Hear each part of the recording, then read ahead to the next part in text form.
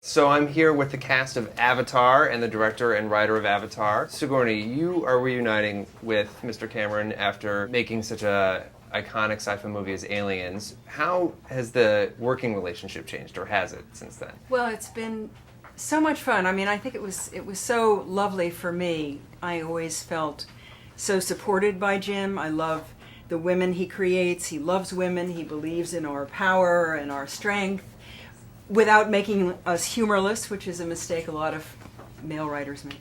And he created this amazing world with these very powerful characters in it, and I was so delighted to come on board and be part of this cast and be part of telling this story, which is about sort of finding the hero in all of us, and yet it's so completely different from Alien and any other story you've ever seen or heard about. So it was a joy for me, an absolute joy from beginning to end. Yeah, plus we got to do different stuff. I mean, your character is very different than Ripley, you know. I mean, I was Grace inspired by him, actually, in my character a bit, because he is such a good geek, you know.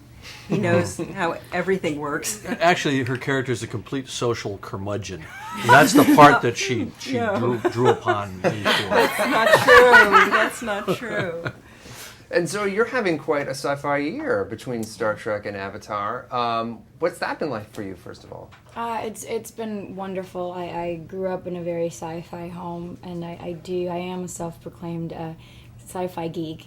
I just happen to dress better. I always say that because I'm like, I don't know. It's been wonderful. It's been wonderful, and I walk a fine line with what is it exactly that's considered sci-fi or whatever, because to me there's just there are stories that compel me, and female roles that I really would die to play, because they really resemble the kind of women that I see every day, whether in space or on a different planet or here on Earth, and the kind of people the kind of women that I would like to emanate. So to get to sort of play that and play two characters in two different movies that are strong and very well driven and not humorless is it's a good year, I feel, for a woman, you know? Yeah, absolutely. And you play a character that, if I understand correctly, is essentially all virtual. You yourself are never on camera. You're playing a person. What was that like as an actress? Well, to find not really on camera. That's because that's when we sort of walk a very fine line in terms of what people believe that's CG and what's motion capture. Right? Because they're two different things. Well, right? the camera is a close up. It's kind of basically locked to your head rig, so the camera is a close up 100% of the time. Yeah. So you're sort of never in a wide shot when you're doing facial performance capture. Yeah, it's basically, and I remember going into this project and asking him infinite questions. I'm like, and please tell me when I've crossed the line, because I just have so many questions. I don't really know how this technology works and everything. And my thing, I think, as an actor, was how much am I going to be losing in terms of the control that I have over this character. And in reality, you're not going to lose a single, you know. And it's about also working with a good director that you trust completely, and who other than Jim to sort of be very respectful and honorable with an actor's performance and have that be the only thing that translates.